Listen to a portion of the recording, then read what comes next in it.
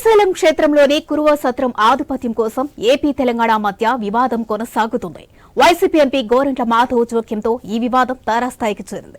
శ్రీశైలం దేవస్థానానికి నిత్యం వందలాది మంది భక్తులు వస్తూ ఉంటారు. అయితే దర్శనానికి వచ్చే భక్తుల కోసం ఆలయ అధికారులు కల్పించే వసతి గృహాలతో పాటు పలు వివిధ కులాలకు చెందిన సత్ర సముదాయాలు ఉన్నాయి. ఇక్కడ కురువ సామాజిక వర్గానికి చెందిన సభ్యులు దేవస్థానం పరిధిలో సత్రం నిర్మించి ఆ సామాజిక వర్గానికి చెందిన వారికి గదులు అందుబాటులో ఉంచారు. అయితే ప్రస్తుతం ఆ సత్రం తెలంగాణకు చెందినదా లేక ఆంధ్రాకు చెందినదా అంటూ దాని చుట్టూ రాజకీయాలు నడుస్తున్నాయి.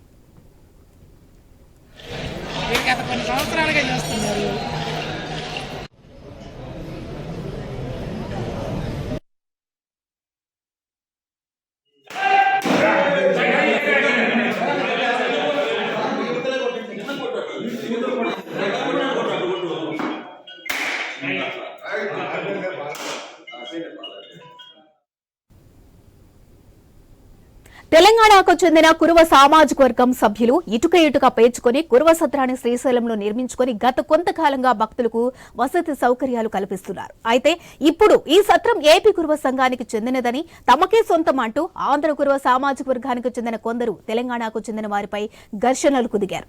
ఇక తెలంగాణ కురువ సంఘానికి చెందిన సభ్యులపై అక్రమ కేసులు పెట్టించి రాజకీయ ఒత్తిళ్లు తెప్పించి ఆ సత్రాన్ని స్వాధీనం చేసుకున్నారు. చివరికి తెలంగాణ వారు సత్రం వద్దకు రాకూడదంటూ పెద్ద ఎత్తున విమర్శలు చేస్తున్నారు. అయితే ఈ వివాదానికి ఎంపీ గోరంట్ల మాధవ్ మద్దతు పలకడంతో తెలంగాణలో ఉండే కురువ సామాజిక వర్గానికి అన్యాయం జరుగుతుందని కొందరు వాపోతున్నారు. ఈ మేరకు నంద్యాల జిల్లా ఎస్పీని కలిసి తమకు న్యాయం చేయాలని ఫిర్యాదు చేసినట్టు తెలుస్తోంది.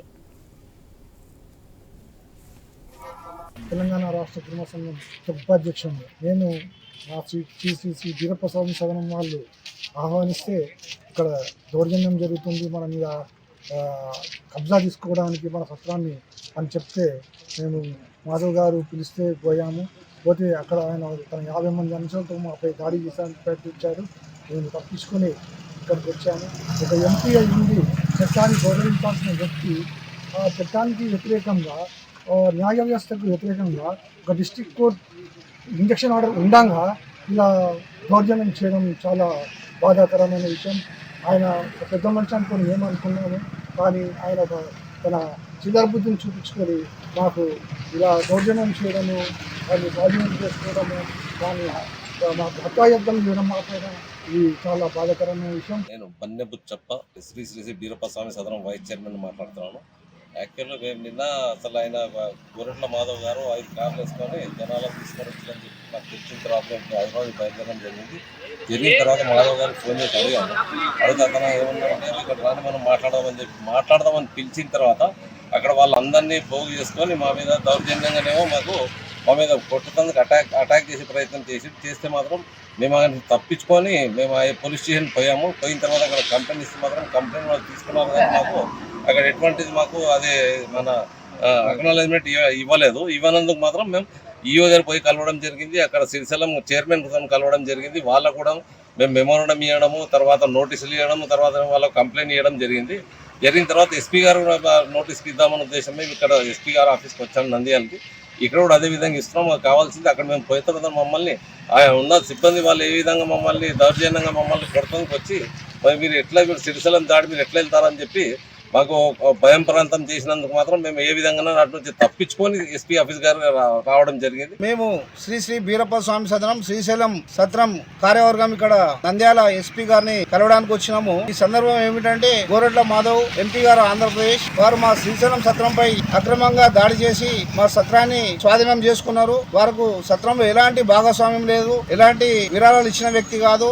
దాదాపు 250 మందిని తీసుకుని వచ్చి గత అక్టోబర్ 11వ తారీఖున ఒకసారి దాడి చేశారు. మేము అందరికీ అన్ని విషయాలు చెప్పిన తర్వాత అప్పుడు వెనుదిరిగారు. మళ్ళీ నిన్న 30వ తారీఖు నిన్న మంగళవారం రోజు మళ్ళీ ఒక 5-6 కార్లలో 20-25 మందిని తీసుకొని వచ్చి జబర్దస్తిగా బలవంతంగా తాళాలు పగలగొట్టి గేట్ తాళాలు మెయిన్ డోర్ ఆఫీస్ తాళాలు పగలగొట్టి మా సత్రంలోకి ప్రవేశించి సత్రాన్ని హస్తగతం చేసుకున్నారు. ఇది చాలా దుర్మార్గమైన చర్య.